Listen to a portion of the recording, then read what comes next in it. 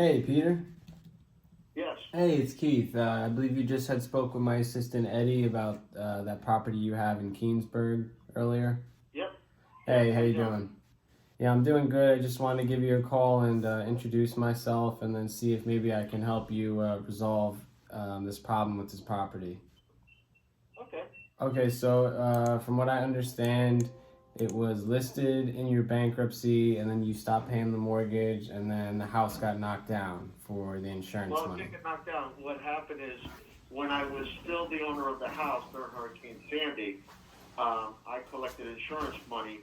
I didn't collect the insurance. The bank got the insurance money, and I used part of that on a request of the township because they deemed the house as not livable and a hazard. So I took that letter, I showed it to the bank, and they released funds to the demolition company to have the house demoed. Oh, okay. So the insurance company kept the rest of the insurance money, and then so the house was knocked down. It was a vacant lot, and then my bankruptcy was discharged, and according to the township, well, I get calls from every once in a while about the grass and about that. I keep telling them, I said, listen, I don't even know what the story is with it. I mean, I reached out to the bank a couple of weeks ago and inquired about it, and I never received any calls back or anything. So, according to the township, I'm the owner of record. No, yeah, that's what it says. Yeah, here's my question: was it a Chapter 7 or a Chapter 13 bankruptcy? So it was a Chapter 7. It was a Chapter 7. Okay. Yes.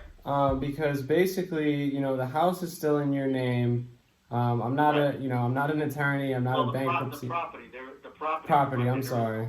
Property. I'm sorry. Yeah. But obviously, listen. I'm willing to put my name on any piece of paper.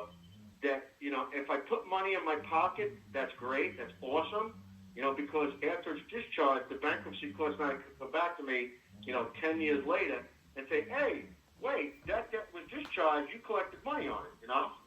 One, if they did, I would just give them the money back. I would play dumb, say, oh, I didn't know I could do that. Yeah. I just tried selling it. Somebody offered to buy the property from me. They said the house was still in my name. I explained the situation. Everything was cool. And I did it. Here's the money back. I'm sorry.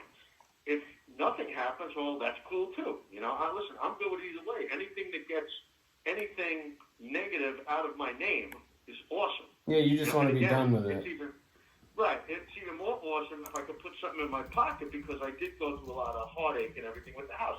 And I did lose tens of thousands of dollars in rent over the time that I owned it. So, anything I could recoup, I would gladly show anybody documents that all the money I lost in rentals, Yeah, so what about this attorney that you got? He's not advising you on what you can do? No, he's kind of like really not responding to me. It's kind of like I'll get back to you kind of thing. Here's what I'm going to do. I'm going to talk to my attorney about it, see what he thinks. Right. Just basically go over the whole story you just told me. Right, yeah. And just see what he thinks. But as far as I know, we could move forward. You're the owner of record. Right. And then a title search is going to tell us, if what the liens are or what can be done.